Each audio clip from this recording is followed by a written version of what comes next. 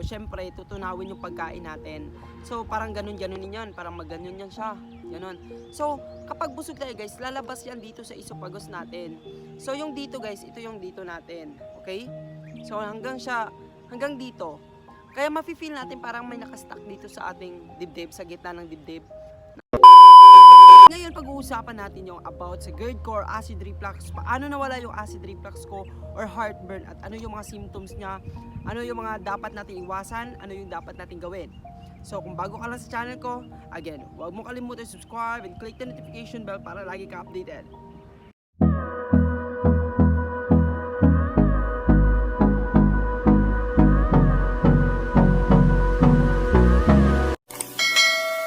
Hello guys, it's me Beamer Martin and welcome back to my YouTube channel. And if you are suffering acid reflux or GERD, ngayon, ang videong ito ay bagay sa'yo.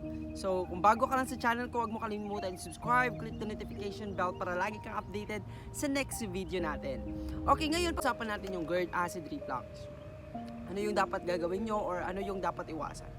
So, ang acid reflux or GERD ay isang common sa mga kabataan, sa mga matatanda. Ito sa mga lifestyle talaga natin, bakit tayo nagkakaroon ng acid reflux or GERD.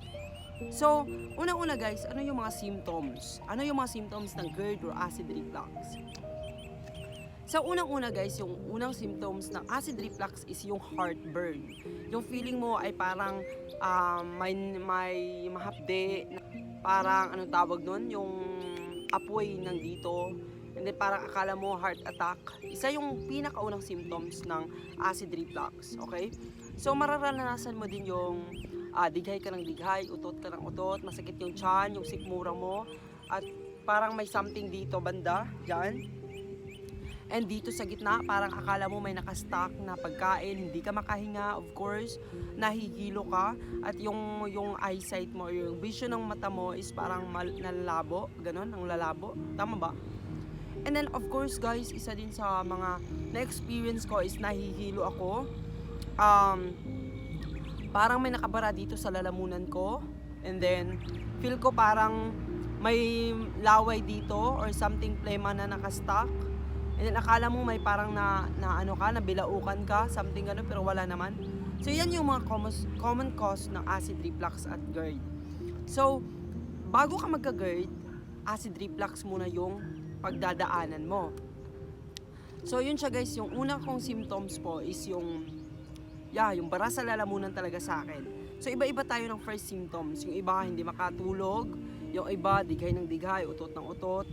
At saka guys, isa din yung symptoms na nagtatae ka, yung paiba-iba yung tae mo. O yung texture ng poop mo.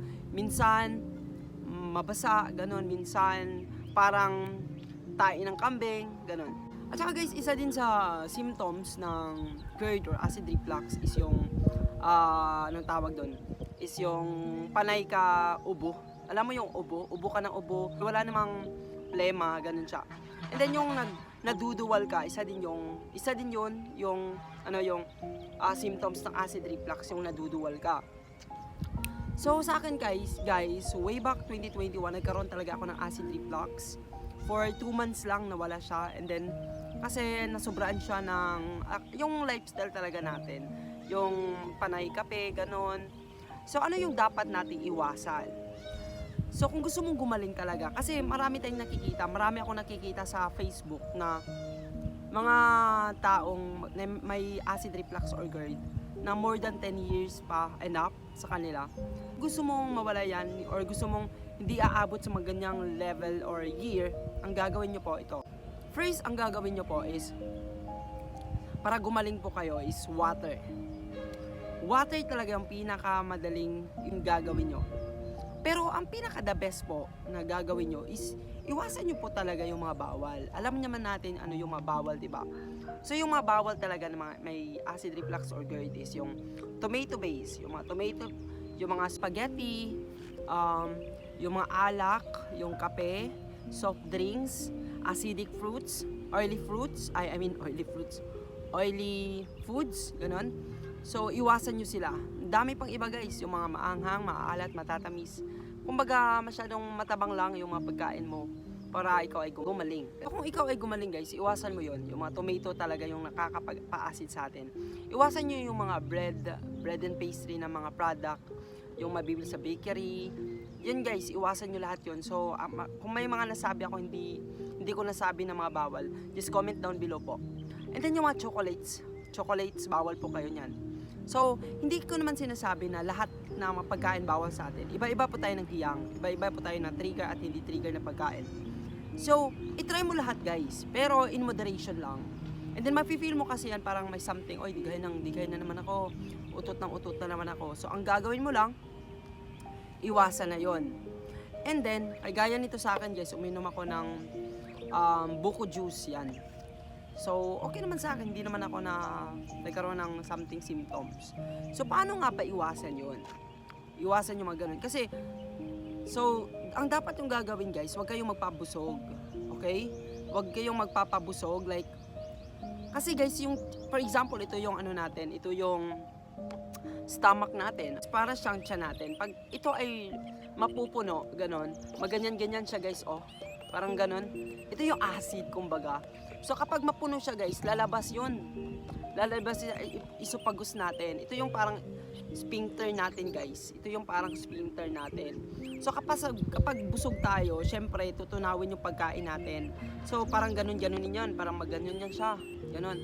So kapag busog tayo guys, lalabas yan dito sa esophagus natin.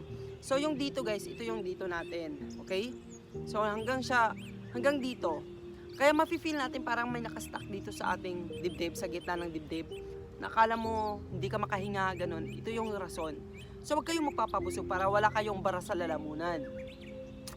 Kasi kapag magpapabusog kayo, magkakaroon talaga kayo ng parang bara sa lalamunan kasi nakastack yung pagkain dito. Kaya it takes 4 hours bago siya babalik na naman. So ang dapat natin gawin, huwag kayong magpapabusog. Kaya kakain lang kayo ng parang 5 times a day pero frequent at saka maliit lang, okay?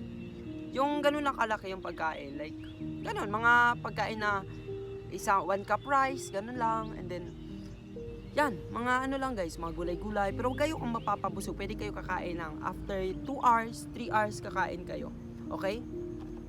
And then the second one is mag-take kayo ng honey every morning.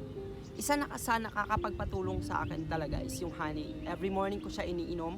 Wala pang laman ng tiyan pagkagising ko. Kasi kapag iinom kasi ako guys, feel ko magdidighay ako. Parang magbaburp ako. So ibig sabihin yun, neutralize niya yung acid nyo.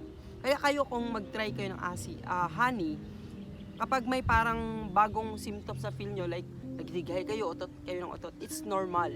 Kasi nan-neutralize niya yung acid nyo. So lalabas yung gases nyo sa tiyan nyo.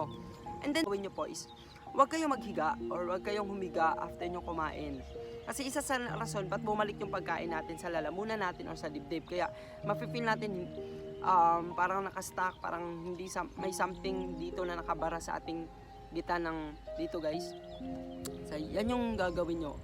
And then, of course, try nyo po yung mga foods na alkaline foods. Ganon siya guys. Ano ba yung mga alkaline? Like, alkaline water. Isa sa mga alkaline water guys is yung Nature Spring Colorade. Pwede nyo siya gawing water kasi acidic ka. So, pwede niya i-neutralize yung acid level ng katawan mo para man-neutralize at saka ma-balance yung acid mo. So, and the second one guys, another goods para sa atin is yung mga green leafy vegetables and fruits. Ano ba mga fruits na kailangan nating kainin or iwasan? So, yun yung mga ano guys, yun yung mga, ang iwasan natin is yung mga citrus fruits, yan. Isa sa nakakapagpa-trigger talaga sa acid reflux natin. So, more on alkaline, mag-search kayo guys kung ano yung mga alkaline fruits na pwede sa atin. And then, kapag hindi kayo makakatulog, try nyo po yung Musigor vitamins. Yung Musigor guys, isa sa nakakapagpatulong talaga sa akin para gumaling ako. Kasi dati hindi ako nakakatulog, halos 1 week hindi ako nakatulog, pero yung Musigor talaga ang nakakapagpatulong sa akin guys. So isa yung gagawin nyo, mag-take kayo paggabi, and then sa umaga po yung vitamins nyo po is yung non-acidic vitamins or yung sodium ascorbate. Yan sa gabi guys, kayo B-complex or yun, Musigor B-complex. I-try nyo guys kasi proven and tested na sa akin, kaya ako gumaling. And then I hope nagagaling din po kayo. And then yun, kung may mga nasabi ako hindi ko nasabi guys na alam nyo, just comment down below. Kasi I am always reply. Hindi naman lahat guys pala, hindi always. Kasi marami akong hindi na-replyan dahil sa sobrang dami nila. Kasi yung iba nagchat-chat na sa Facebook ko, sa Instagram, sa TikTok. So ayun yung gagawin nyo lang guys, is iwas lang talaga kayo sa mga maasim. And then, tiis-tiis lang po kayo. Kasi gagaling din kayo kagaya ko. So I hope na ang video ito nakakatulong sa inyo. Hanggang dito lang, and don't forget to subscribe. Click the notification bell para lagi kang updated sa next video natin. Hanggang dito lang, bye-bye. See you sa next vlog ko.